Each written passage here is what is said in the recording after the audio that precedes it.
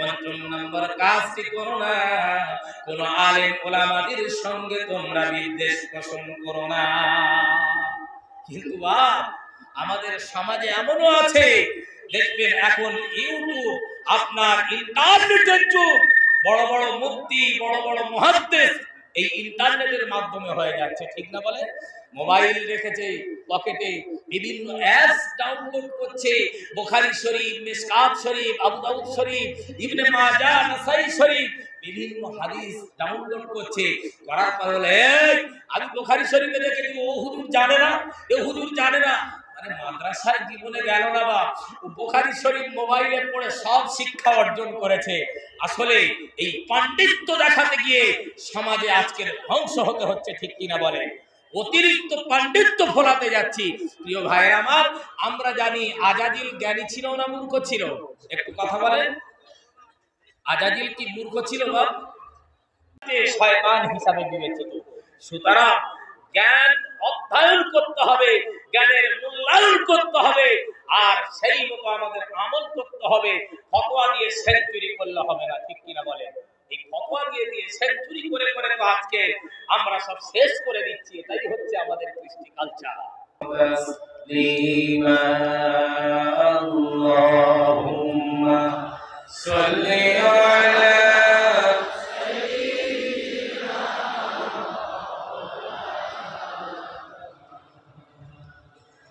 وعلى آل سيدنا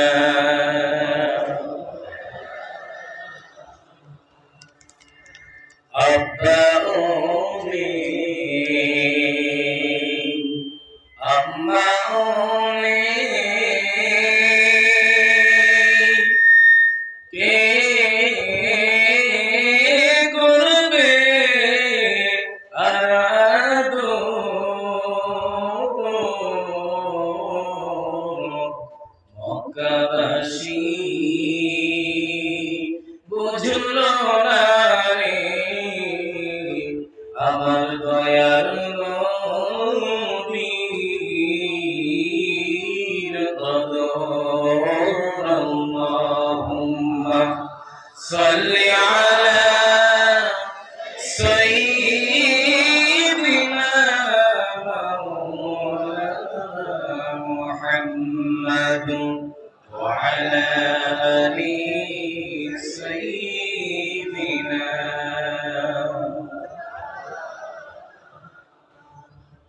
চাচা হইয়া আবু জেহেল নবীর কলিমা পড়ল না, দোজাহানের নবী দিদি আবু জেহেল ছিল না। اللهم صل على سيدنا مولانا محمد وعلى آل سيدنا مولانا محمد كلمة ذكر لا إله إلا الله لا إله إلا الله لا إله إلا الله محمد رسول الله. اللهم صل على سيدنا محمد وعلى آل سيدنا مولانا محمد. সর্বপ্রথম আমার সর্বপ্রকার স্তুতি প্রশংসা সাধনা আরাধনা বন্দনা নিবেদন করি যিনি আদি অনন্ত চিরস্থায়ী চিরঞ্জীবী, যিনি অজর অমর অক্ষয় অক্ষয় স্থলে জলে অণুতে পরমাণুতে খিসারে ঘুষারে সর্বাত্ম বিরাজমান, যিনি মুক্তিদাতা বিবোধনতা বলিয়ান মহিয়ান সর্বশক্তিমান সেই আল্লাহ তাআলা, যে আল্লাহ রাব্বুল আলামিন আমাদেরকে বাছাই করে করে এই পবিত্র মাহফিলে আসার এবং বসার মতো সুযোগ দান করেছেন। সেজন্য আমরা সকলে একটু আস্তে বলছি আলহামদুলিল্লাহ, মাশাআল্লাহ। এই জাতুয়া পুরাহুরিয়া আলিয়া ও হাফিজিয়া মাদ্রাসা, জায়গাটার নাম জাতুয়া। এলাকার মানুষ বা পার্শ্ববর্তী এলাকার মানুষ অনেক চালাক। আস্তে বলতে বললে যদি এত জোর হয়, আল্লাহর প্রশংসা। নিশ্চয়ই একটু বাপ বেটা ভাই ভাই গলার আওয়াজ ছেড়ে দিয়ে আল্লাহর জন্য আমরা আরো একবার প্রশংসা আদায় করছি। সবাই বলেন আলহামদুলিল্লাহ। ঠিক তারপরে পরে বিশ্বনবী বিশ্বকবি মরুর ভাস্কর আকায়ে দো জাহান সরকারে দো আলাম সাইয়্যিদুল মুরসালিন শাফিউল মুজনাবিন জনাব মুহাম্মদুর রাসূলুল্লাহ সাল্লাল্লাহু তাআলা আলাইহি ওয়াসাল্লামের শানে অসংখ্য দরুদ বর্ষিত হোক, নিবেদিত হোক। সবাই বলেন আমিন।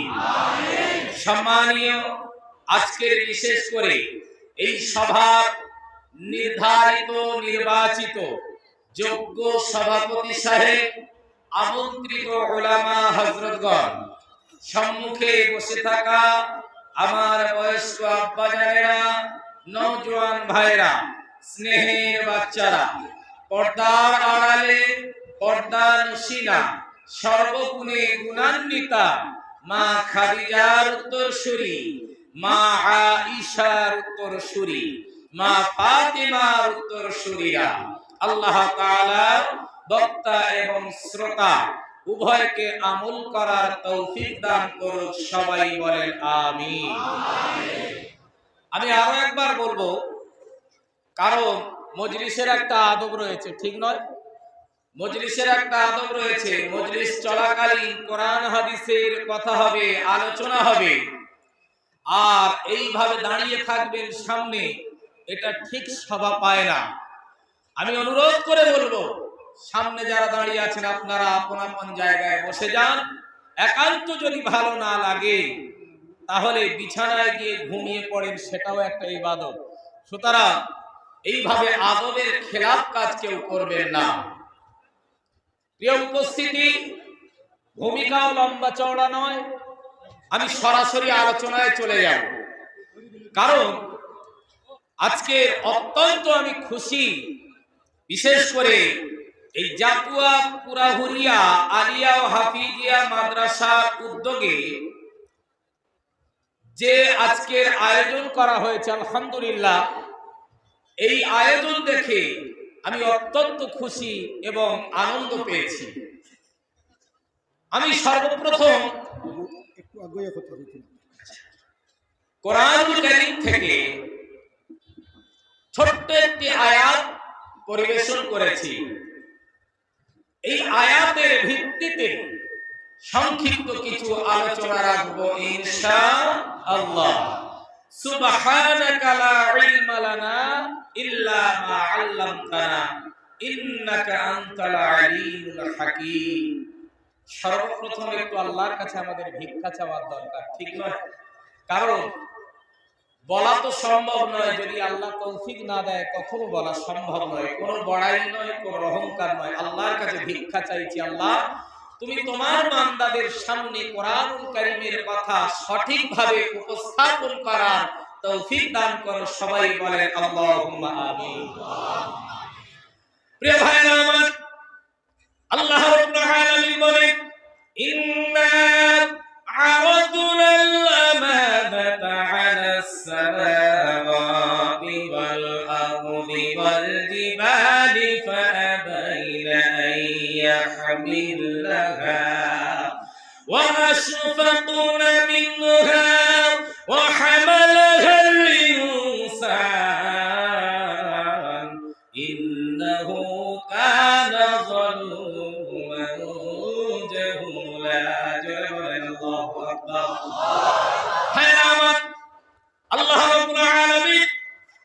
কালামুল্লাহ শরীফের মধ্যে বললেন ইন্না আরাদনাল আমানাতা আলাস সামাওয়াতি ওয়াল আরদি ওয়াল জিবালি ফাআবাইনা আন ইয়াহমিলাহা ওয়া আশফাকনা মিনহা।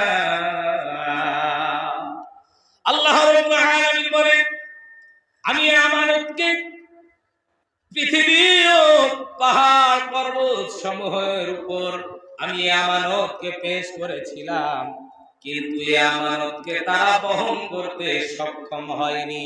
হয়েছিল? সক্ষম হয়নি তারা। প্রিয় ভাইরা আমার, অবশেষে আল্লাহ রাব্বুল আলামিন বলেন ওয়া হামালাহাল ইনসান ইন্নাহু কানা যালুমান জাহুলা। প্রিয় ভাইরা আমার, এরপর আল্লাহ রাব্বুল আলামিন বলেন আর আমানতকে মানুষ বহন করতে সক্ষম হয়েছে সে বড় অতিশয় জালিম ও অজ্ঞ। প্রিয় ভাইরা আমার, এই কোরআনুল কারীমকে এখানে আমানত বলতে কোরআনুল কারীমকে বুঝিয়েছে আমানত অর্থ ইতাআত আনুগত্য বোঝানো হয়েছে তাফসীরের মধ্যে। প্রিয় ভাইরা আমার, এই আমানত এখানে কোরআনুল কারীমকে বুঝিয়েছে।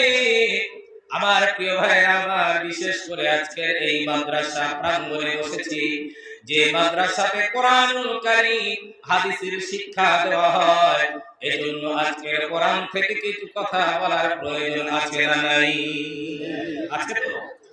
প্রিয় ভাইরা আমার, হাদিস শরীফের মধ্যে বললেন وعن أبي أمامة رضي الله تعالى عنه قال سمعت رسول الله صلى الله عليه وسلم يقول اقرأوا القرآن فإنه يأتي يوم القيامة شفيعا لأصحابه। জোরে বলেন সুবহানাল্লাহ। প্রিয় ভাইরা আমার, হযরত আবু উমামা রাদিয়াল্লাহু তাআলা আনহু থেকে হাদিসটি বর্ণনা করা হয়েছে।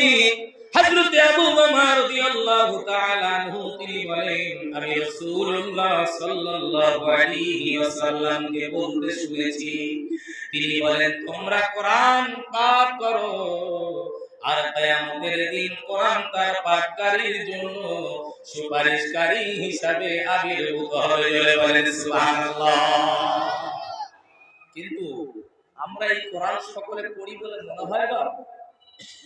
একটু কথা বলেন। সবাই আমরা এই কোরআন পড়ি বলে মনে হয়? আরো দেখবেন এই কোরআনুল কারীমের মাহফিলে অনেক মুসলমানের বাচ্চা আছে যারা কোরআনুল কারীমের মাহফিলে বাধা সৃষ্টি করে, ঠিক কিনা বলেন? কারণ আমরা তিন শ্রেণীর মানুষ দেখতে পাই। এক শ্রেণীর মানুষ বাড়ি থেকে আসে, নিয়ত করে আসে মাহফিল শোনার উদ্দেশ্যে। আরেক শ্রেণীর মানুষ আছে দেখবেন তারা নিয়ত করে আসে যে একটু মাহফিলে ঘোরাঘুরি করব, একটু আনন্দ উপভোগ করে আবার চলে আসবো। আছে না নেই?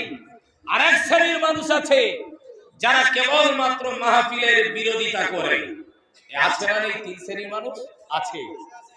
প্রিয় ভাইরা আমার, এই কোরআনুল কারীমের এত মর্যাদা আল্লাহ নবী সাল্লাল্লাহু আলাইহি ওয়াসাল্লাম বললেন وعن النواس بن سمعان رضي الله تعالى عنه قال سمعت رسول الله صلى الله عليه وسلم يقول يؤتى يوم القيامة بالقرآن وأهله الذين كانوا يعملون به في الدنيا سورة البقرة تقدمه سورة البقرة وآل عمران تحجر عن صاحبهما. سبحان الله. حيرامت حضرت نواس بن سمعان রাদিয়াল্লাহু তাআলা আনহু থেকে হাদিসটি বর্ণনা করা হয়েছে। নওয়াজ ইবনে সামআন রাদিয়াল্লাহু তাআলা আনহু বলেন আমি রাসূলুল্লাহ সাল্লাল্লাহু আলাইহি ওয়াসাল্লামকে বলতে শুনেছি কিয়ামতের দিন ওই পবিত্র আল কুরআন এবং দুনিয়ায় আল কুরআন অনুযায়ী যারা আমল করেছে তাদেরকে আনা হবে। আর কোরআনের সামনে সামনে থাকবে সূরাতুল বাকারা আর সূরাতু আলী ইমরান। এই দুটি সূরা কোরআনের সামনে সামনে থাকবে। আর ওই কোরআন অনুযায়ী যারা আমল করত তাদের পক্ষ থেকে আল্লাহর দরবারে বিতর্ক করবে। বলে সুবহানাল্লাহ। প্রিয় ভাইরা আমার, আজ এই কোরআনের বিরোধিতা কেবলমাত্র আমরা মুসলমান হিসাবে বিবেচিত হলাম, মুসলমান সমাজে আমরা মুসলমান হিসাবে পরিচিত হলাম, কিন্তু কোরআনুল কারীমের বিরোধিতা করছি। আমার মুসলমান ভাইরা, কিয়ামতের দিন আল্লাহ রাব্বুল আলামিন সেদিন কোরআনে হাফেজদেরকে ডেকে বলবে, ও কোরআনে হাফেজরা, আজ দুনিয়ায় তোমরা যেমন সুন্দর করে কোরআন তেলাওয়াত করেছিলে, আজ তোমরা কোরআন তেলাওয়াত করো, আমি রব্বুল আলামিন স্বয়ং তোমাদের তেলাওয়াত শুনবো। বলেন সুবহানাল্লাহ। ভাইরা আমার, এই কথা যখন বলবে সেদিন কোরআন তেলাওয়াত শুরু করে দেবে, কোরআনে হাফেজরা কোরআন তেলাওয়াত শুরু করে দেবে। এমন সময় হযরত দাউদ নবী হাজির হয়ে যাবে। দাউদ নবীর উপর একটি কিতাব অবতীর্ণ হয়েছিল, কিতাবটির নাম কি বলেন? আচ্ছা বাবা, যারা আপনারা এখানে বসেছেন, আলহামদুলিল্লাহ বহু মানুষের আগমন, জবাব নেই কেন? আমি কি কবরস্থানে প্রশ্ন করছি, জিজ্ঞাসা করছি? জি, আপনাদের তো জিজ্ঞাসা করছি দাউদ আলাইহিস সালামের উপর কোন কিতাব অবতীর্ণ হয়েছিল? একটি কিতাব অবতীর্ণ হয়েছিল তো নাকি? কিতাবটির নাম কি যারা জানেন একটু বলেন? আলহামদুলিল্লাহ, জবুর। আর মুসা আলাইহিস সালামের উপর তাওরীত, ঈসা আলাইহিস সালামের উপর ইনজিল, আর আমার আপনার নবীর উপর একটু জোরে বলেন কোরআন। প্রিয় ভাইরা আমার, সেই কোরআন তেলাওয়াত শুরু করলো, কোরআনে হাফেজরা তেলাওয়াত শুরু করে দিল। এমন সময় দাউদ আলাইহিস সালাম হাজির হয়ে গেল। আমরা সবাই জানি দাউদ নবী এত সুন্দর কণ্ঠ ছিল যে দাউদ নবী যখন তার কণ্ঠে জবুর পাঠ করত, দাউদ নবীর কণ্ঠে জবুর পাঠ করা শোনার জন্য সমুদ্রের মাঝ পর্যন্ত ডাঙায় চলে আসতো, সমুদ্রের মাঝ পর্যন্ত কিনারায় এসে দাউদ নবীর জবুর পাঠ করা শুনতো। বলেন সুবহানাল্লাহ। এত সুন্দর কণ্ঠ দিল। সেই দাউদ নবী বলল, ও কোরআনে হাফেজরা, আমি হলাম আল্লাহর নবী দাউদ আলাইহিস সালাম। আল্লাহ রাব্বুল আলামিন আমার উপর একটি কিতাব অবতীর্ণ করলো, যে কিতাবটির নাম হলো জবুর। আমি দাউদ নবী, আল্লাহ রাব্বুল আলামিন আমাকে এত সুন্দর কণ্ঠ দান করেছিল। আমি যখন দাউদ নবী ওই জবুর কিতাব পাঠ করতাম, আমার জবুর পাঠ করে শোনার জন্য সমুদ্রের মাঝ পর্যন্ত কিনারায় চলে আসতো। কিন্তু আজ কোরআনে হাফেজরা তোমরা আজ তেলাওয়াত শুরু করেছো, আমি দাউদ নবী তোমাদের তেলাওয়াত শুনে আজ আমি দাউদ নবী মুগ্ধ হয়ে গেলাম। বলেন সুবহানাল্লাহ। আর জোরে হবে না সুবহানাল্লাহ? নারে তাকবীর, নারে তাকবীর। আমার মুসলমান ভাইরা, এই কোরআনের এত মর্যাদা সম্পূর্ণ কোরআন, এই কোরআন কারীম মানুষের অন্তরের মধ্যে আল্লাহ রাব্বুল আলামিন দান করেছেন। এজন্য আল্লাহ রাব্বুল আলামিন উম্মতকে বললেন, ইন্না হাযাল কুরআনা ইয়াহদি লিল্লাতী হিয়া আকওয়াম ওয়া ইউবাশশিরুল মুমিনিনা আল্লাযীনা ইয়া'মালুনাস সালিহাতি আন্না লাহুম আজরুন কাবীরা। আল্লাহু আকবার। ভাইরা আমার, আল্লাহ রাব্বুল আলামিন বলেন, এই কোরআন এমন পথ দেখায় একেবারে সোজা। কোরআন বাঁকা পথ দেখায় না, সোজা পথ দেখায়। হ্যাঁ, সোজা পথ দেখায় তো নাকি? রাস্তা সোজা দেখায় তো কোরআন? কিন্তু দুর্ভাগ্যজনক ব্যাপার, কোরআন তো আমরা পড়ি, আসলে সবাই কোরআনের মানে বুঝি না। কোরআনুল কারীম কেবল মাত্র মুখে আমরা পড়ি, পড়ার পরে দেখা যায় আবার শুনে থাকি, তার উল্টো আমরা চলি, কোরআনের বিরুদ্ধে আমরা চলি।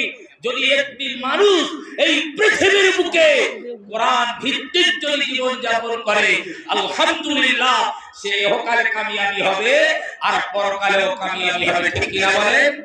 কিন্তু কোরআন ভিত্তিক জীবন যাপন করা ছেড়ে দিয়ে আমরা নাস্তিকদের, আমরা কৃষ্টি কালচার, পশ্চিমাদের কৃষ্টি কালচার আজকের আমরা অনুসরণ করছি, ঠিক কি না বলেন?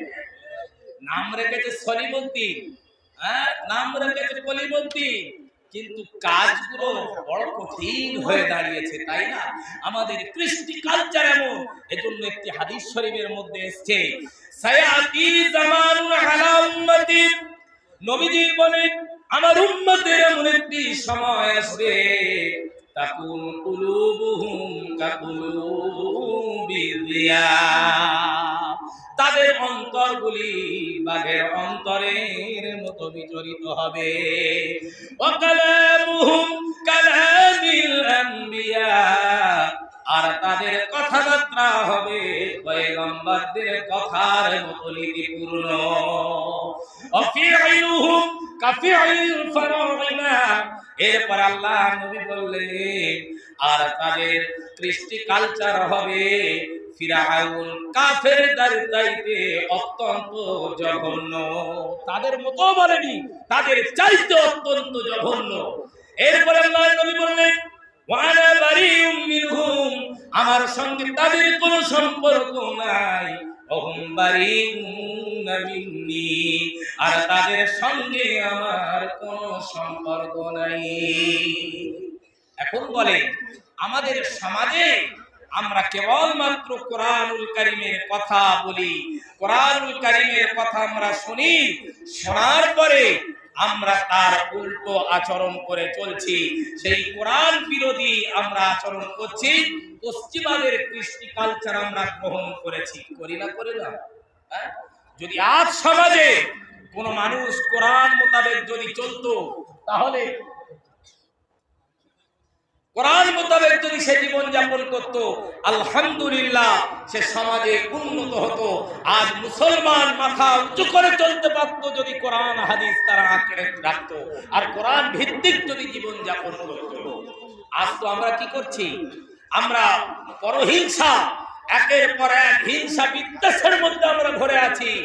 সমাজে আমাদের কোনো ভাই যদি একটু উন্নতি হয়, সে যদি কিছু লাভবান হয়, আমরা তার পিছনে লেগে যাই, আছি না নেই? এই তো পরিস্থিতি আমাদের। কেন? আমার একটা ভাই যদি সে কিছু ডেভেলপ করে, আমার একটা ভাই যদি সে ভালো একটা পজিশনে যায়, আলহামদুলিল্লাহ, এটা আমার আপনার জন্য খুশি নয়, কিন্তু আমরা তার বিরোধিতা করি, এটাই তো আমাদের, এই করে তো আমরা শেষ হয়ে যাচ্ছি।